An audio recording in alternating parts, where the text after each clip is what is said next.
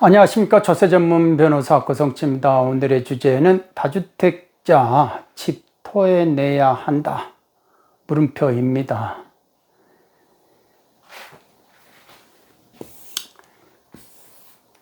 지금 현 정부가 있어요. 그 다음에 다음 정부가 있을 거 아닙니까? 이게 여가 될 것인지 야가 될 것인지 이게 초미의 관심사 이겁니다. 이 여가 됐을 때 어떻게 될 것이냐, 이거를 제가 말씀 오늘 드리려고 하는 게 바로 이 주제다라는 겁니다.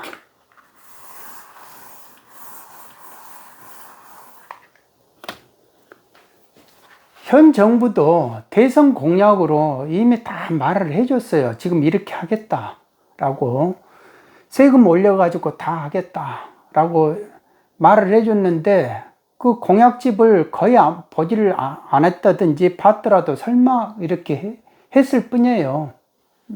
근데 그 공약한 대로 약속을 다 지킨 것 뿐입니다. 현 정부가. 그렇게 해서 이 결과가 온 것 뿐이고, 다음 정부가 이 여권의 대통령 후보들이 다 본인 나 이렇게 하겠다 부동산 정책 말을 했어요. 그거를 심각하게 받아들이고 진지하게 받아들여야 된다. 설마 또 이렇게 하다가 또 나중에 곡소리 나고 이럴 줄 몰랐다. 그 후회하지 마시라라는 겁니다. 정확하게 여권의 후보들은 정확하게 그거예요. 이 부동산을 시장이 아니라 국가가 통제하겠다 이렇게 가는 거예요. 국가가 통제하겠다 이런 식으로 가는 겁니다. 야당은 시장에다가 맡기겠다 이런 식으로 나가는 거고, 근데 여당은 무조건 국가가 통제하는 식으로 그렇게 정책을 짜겠다라는 겁니다. 그러니까 이재명 대통령 후보 같은 경우는 정부가 집값을 관리하겠다라는 겁니다. 이 상한선하고 하한선하고 이렇게 있잖아요. 하한선하고 상한선 있으면은 이거는 떨어지면은 우리가 정부가 매입을 하겠다. 그런 기관을 만들겠다. 공사를 하나를 새롭게 만들어 가지고 그 공사에서 이 집값 떨어지면 집을 매입을 해주겠다. 그래가지고 이 하한선을 버텨주고, 집값이 올라간다 그러면 애기다가 사정없는 폭탄을 던지겠다. 금융 정책으로 폭탄을 던지고 조세 정책으로 폭탄을 던지고 징벌적 수준으로 이렇게 해서 규제를 해가지고 못 올라가게 만들겠다라고 하는 겁니다. 이 뉴스에 보면은 여당의 이제 강력한 대통령 후보가 이재명 후보하고 이낙연 후보잖아요. 이쪽은 증세를 많이 하겠다라는 식으로, 이쪽은 징벌 수준으로 하겠다. 세금 폭탄이 아니라 아예 징벌 수준으로까지 해버리겠다라는 식으로 이렇게 언론 기사가 나옵니다. 그러니까 지금 현 정부 하에서 곡소리 나는 분들은 이재명 대통령 후보가 대통령이 되면은 곡소리 정도가 아니죠. 이제 집 다 토해내야 된다 이겁니다. 그러니까 이재명 후보는 정책을 이렇게 보니까 아주 이 다주택자를 아주 싫어해요. 이 사람들은 부동산 투기꾼이다 이거예요. 이 사람들이 부동산으로 불로소득을 가지는 거, 이거 절대 용납 안 하겠다. 부동산으로 돈을 번다, 이거 절대 용납 안 하겠습니다.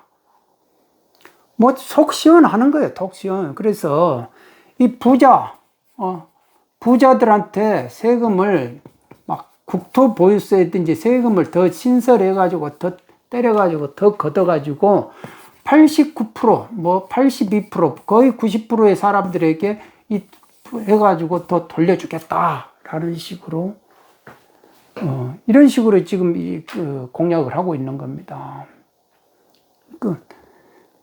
딱 이 말을 들어보면은 야, 시원시원하다. 아, 이재명 후보 진짜 시원시원하네.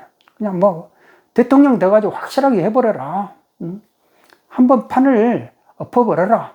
예? 이 부동산 말이지. 주택 가지고 돈 버는 사람들, 그 전부 다 척결해버려라. 라는 식으로 지지율이 상당히 높다는 거 아니에요. 여권 후보 중에서. 그러니까 이래나 저래나 여당을 지지하는 사람은 고정표가 30%가 넘는다는 거 아니에요. 이래나 저래나 뭐. 30%는 야당을 지지할 사람들이 아니다 이겁니다. 근데 그와 반면에 야당을 이래나 저래나 고정적으로 지지할 사람들이 15%밖에 안 된다. 나머지는 다 유동이다. 라고 이렇게 분석을 하는 기사를 봤어요. 그러니까 게임이 안 된다 이겁니다. 이쪽은 하나로 뭉치자 하면 따라락 뭉치는데 이쪽은 뭉치자 해도 안 뭉쳐요. 너가 잘났네, 내가 잘났네, 너는 아니잖아, 뭐 이런 식으로. 그 과정을 다 거치다 보면 하다가 시간 다 가버리는 거죠. 그래서 지금 분위기가 이 정권이 새로운 야당으로 정권 교체가 이루어질 것 같지가 않다라는 부정적인 기류가 의외로 그럴 것 같다라는 동조를 받고 있는 그런 추세가 아닌가 그런 생각도 해봅니다. 그래서 이 여권의 이낙연, 이재명 부동산 정책을 비교한 것이 있는데요.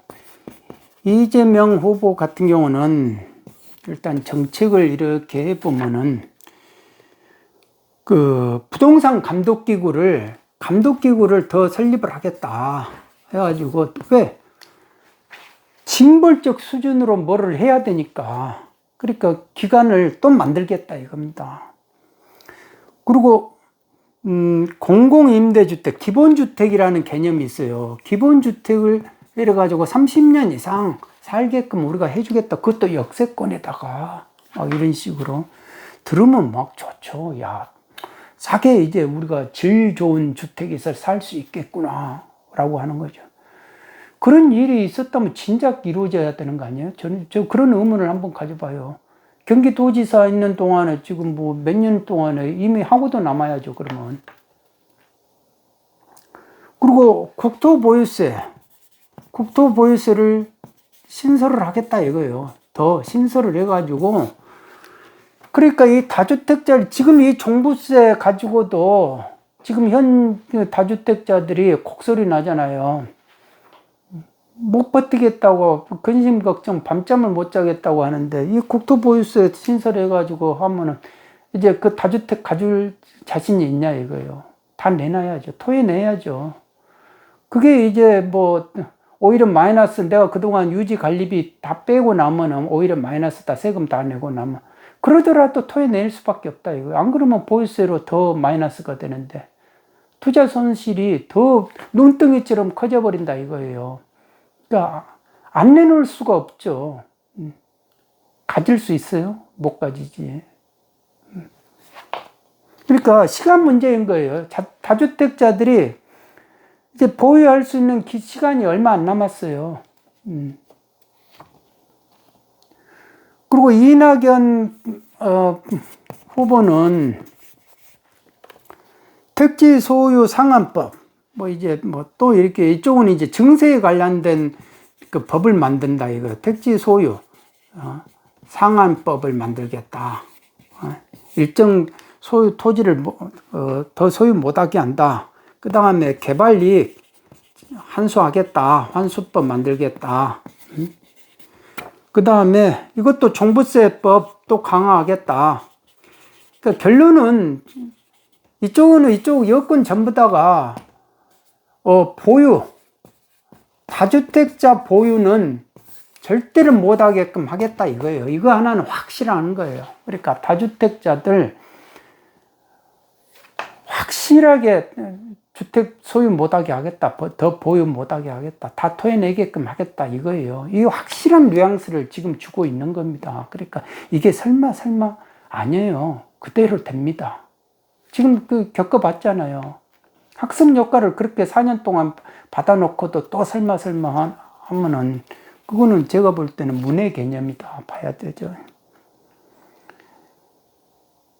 이렇게 하고요. 그 다음에 여기다가 이제 이거는 규제고 당근을 주는데, 당근은 뭐냐면 이재명 후보 같은 경우는 내 임기 동안에 5년 임기 동안에 250만 호 건설하겠다. 그 중에서 질 좋은 기본주택은 100만 호 공급해 주겠다 이거예요. 공급해 주겠다. 근데 200만 호, 또 예전에 노태우 대통령 200만 호요. 그 상당히 200만 호가 어려운 겁니다. 그리고 결론은 부동산으로 돈 못 벌게 하겠다라는 거는 확실한 거고요.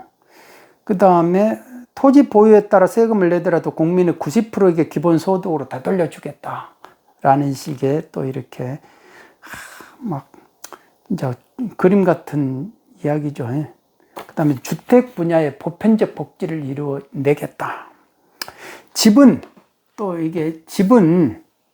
이게 사는 곳이지 라이브지 바이가 아니다 이거. 사는 곳이 아니다. 그러니까 이쪽은 뭐든지 실거주 우선이다 이거예요. 실거주 안 한 거는 다 내놔라 이거예요. 실거주 안 하는 것들은 다 내놔라. 그리고 이게 불로소득이다 이거. 부동산으로 버는 거는 다 불로소득. 무슨 소리 하고 있냐. 왜 이게 어떻게 해서 불로소득이냐. 평가 이익밖에 안 되는 거지. 집값 올라가봤자 아무 소용없다 라고 말을 해도 무슨 소리. 다 불로소득이다. 하여간에 내가 처음에 산 가격에서 무조건 올라갔다. 이건 다 불로소득이니까 다 내놔라 이거예요. 이거 국가가 우리가 개발해 줬기 때문에 도로 건설해 주고 뭐 기반 시설을 다 해줬기 때문에 집값 올라갔으니까 개발이익 환수법으로 다 내놓고 다주택자 이렇게 하여간에 가지고 있으면 무조건 종부세로 다 내놔야 되는 거고 세금으로 폭탄을 던져버릴 것이다. 그리고 아주 이재명 후보 같은 거는 징벌 수준으로 제재를 가하겠다. 그러니까 최근에도 말을 했잖아요. 이렇게 국세 3회 이상 체납, 2억 합계 금액 2억 이상 체납, 1년 이상 체납. 그러면은 구치소에 감치를 시키겠다 이거 아니에요. 그러니까 감치를 떠나가지고 또 무슨 징벌을 할 수 있는 아예 교도소로 아예 보내버릴 수 있는 그런 법을 얼마든지 만들어낼 수 있죠. 그러니까 2주택 이상, 특히 3주택 이상 가진 사람은 교도소 보낸다. 그 법도 가능하죠. 그러니까 부동산은 국가가 통제하겠다 이거예요. 시장 개인의 소유가 아니다 라는 식으로 얼마든지 이제 그 방향으로 입법을 한다 이겁니다. 그러니까 내가 돈 벌어가지고 내가 뭐 집을 사고 내가 관리하고 뭐 이러는데 그게 무슨 국가가 간섭할 일이냐 그러니까 그냥 국가가 통제하겠다. 그게 반발하려고 하면은 그에 대해서 징벌적인 제재를 가하겠다. 그 감수해라. 라는 식으로 이제 이렇게 말을 하는 거예요. 세금 폭탄이 아니라 투기성 부동산에 대한 부담은 세금 폭탄이 아니라 그 이상의 강력한 징벌 수준의 제재를 가해야 한다라고 말을 했다 이겁니다. 이 정권이 교체되기를 바라는 쪽이 있을 것이고 바뀌지 말고 이 확실하게 부동산 시장을 확실하게 다시 근본적으로 부동산 투기 세력은 아예 발본색원 해가지고 두 번 다시 이 나라에 그런 부동산으로 주택으로 돈을 벌려는 사람은 다 척결해야 된다 라고 하는 사람들이 결국은 숫자 싸움이죠. 정치라는 게 어느 쪽이 잘 먹히느냐 라는 거죠. 그런데 대부분 감성적인 것이 잘 먹히죠. 특히 우리나라 사람들에 대해서 윤치호 선생이 예전에 구한말 때 일기에 적어 놓은 게 있지 않습니까? 그 말이 우리나라 사람들은 1%의 이성과 99%의 감성으로 산다라고 하죠. 그러니까 뭔가 책임지심을 막 유발시키고 피해의식에 막 이렇게 그런 거를 자극을 시키고 권리의식을 막 조장을 시키고 이렇게 하면은 그거에 이제 많이 따라오게 돼 있죠. 그리고 눈에 보이는 거, 눈에 안 보이면 그걸 잘 생각하려고 안 하죠. 그리고 벌써 이 감성적인 거는 어떤 눈에 보이지 않는 그 이면을 밝혀내는 것이 힘들죠. 그 본질을 보기가 힘들다 이거예요. 그러니까 주객이 전도되는 경우가 많이 생긴다라는 겁니다. 그게 이제 보통 사람들의 다 속성이니까 그거를 거기에서 이루어진다. 정치가 뭐 커다랗게 고급스럽고 뭐 그런 건 아닌 것 같더라고요. 그냥 감성을 자극하는 사람 얘기더라. 그러니까 투쟁성, 싸움 잘하는 모습 다 하고 화끈하게 하는 모습 막 이런 거, 그런 게 사람들이 쏠려 가더라라는 겁니다. 그렇게 되면 선명성하고 투쟁성 막 이런 거에 누가 강하느냐, 어필을 하느냐, 그런 점에서 보면 야당의 후보들은 참 미미하다는 생각을 해봅니다. 오늘은 여기까지 하겠습니다. 여러분 모두 건강하시기 바랍니다. 감사합니다.